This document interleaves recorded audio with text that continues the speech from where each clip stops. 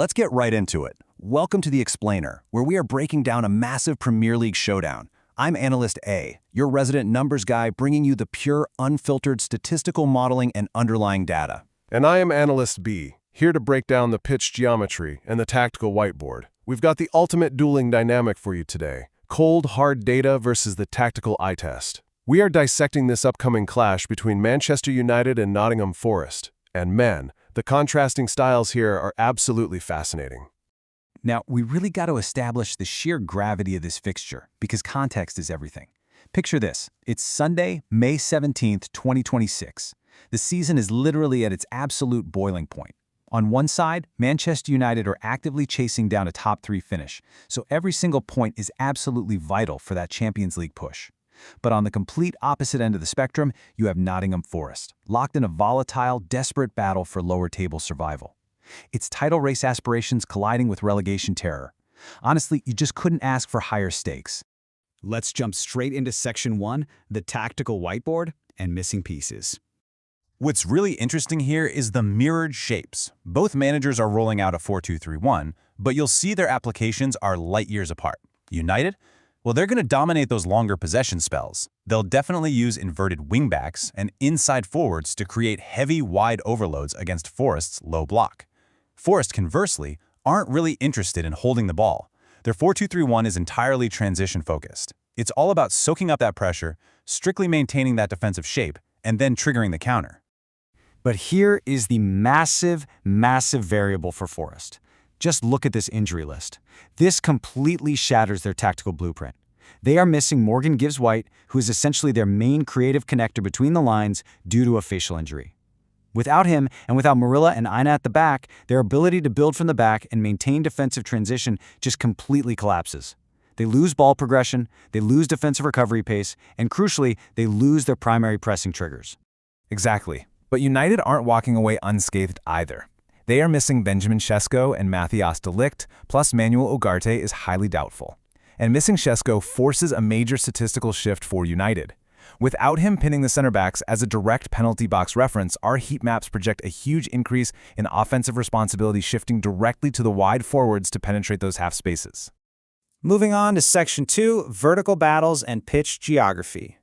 And this brilliantly illustrates exactly where the game is going to be won or lost. First up, look at Alejandro Garnacho against Neco Williams. With Forest's defensive structure heavily compromised, Garnacho is just going to live in the half spaces behind Williams. It's an isolation threat that is a massive defensive risk for Forest. Then, right in the middle of the park, you've got Casemiro acting as the ultimate transition stopper against Ryan Yates' combative midfield profile. Casemiro's entire job today is just to cut off that supply line before Forest can even start their counter. Which leads us directly into this core tactical premise. With a depleted squad, Forest's best path, really their only realistic path, is pure transition football. They're going to have to absorb pressure and rely entirely on triggering fast, progressive carries the literal second they recover the ball. They have got to target the space behind United's high defensive line. It's high risk, sure, but it is for sure their clearest route to an upset. And stopping those fast, progressive carries definitely comes at a price. The data actually points to a moderate card environment today, with the underlying metrics expecting exactly 3 to 5 total cards. We are looking at incredibly high booking risks for Casemiro and Yates. These midfield duels are going to be physical, and those tactical, transition-stopping fouls are going to draw the referee's attention really early on. Let's pivot to Section 3, expected goals and fantasy anchors. Boom, 1.85. That is Manchester United's projected expected goals for this match. And listen, this isn't just pulled out of thin air. This number is heavily driven by their recent attacking form, producing around 1.4 goals per match, combined with their massive home advantage and the projected control they're going to have in the possession phases against that depleted Forest defense. Contrast that immediately with Forest's 1.05 projected XG.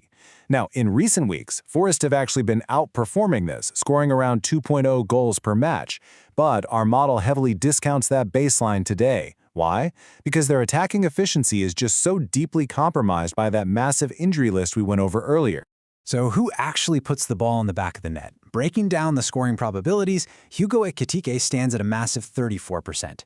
With Šeško sidelined, Ekitike slots right into that central forward profile and is mathematically projected to receive the highest quality box chances. Right behind him, Garnacho's transition threat puts him at 25%, and then Chris Wood sits at 23% for Forest, serving as their absolute strongest box presence. Now, for all the fantasy managers watching, we've mapped out your analytical anchors. Kobbie Mainoo is a genuinely elite asset for United today. He gives you immense minute security, elite ball progression, and really high bonus potential given just how much United are expected to control the midfield. For Forest, it's got to be Chris Wood. Since Forest's clearest route to goal today essentially bypasses the midfield entirely, relying on direct service, second balls, crosses, and set-piece situations, Wood is the undeniable focal point for all of it. All right, Section 4, Probabilities and the Final Verdict. Running this all through our Poisson-style model, which, by the way, is fully adjusted for home advantage, recent XG, and crucially squad availability, Manchester United sit as the clear favorites with a solid 56% win probability. However, do not write off the away side here. A 21% probability for a Nottingham Forest win means their transition threat and historical competitiveness keep the upset very much mathematically alive. Exactly. And when you layer the tactical overloads right over those data points, we actually reach a rapid-fire consensus. Look, despite Forest's grit and despite United missing their primary number 9, the sheer structural advantages definitely point toward a narrow victory for the home side. 2-1 really stands out as our most mathematically and tactically sound scoreline projection. But we want to leave you with this final thought. Data models and tactical whiteboards, they're perfect in a vacuum. But football is played by actual humans under immense psychological stress. So who cracks first under the pressure today? Is it United, absolutely desperate to lock down that top 3 Champions League spot?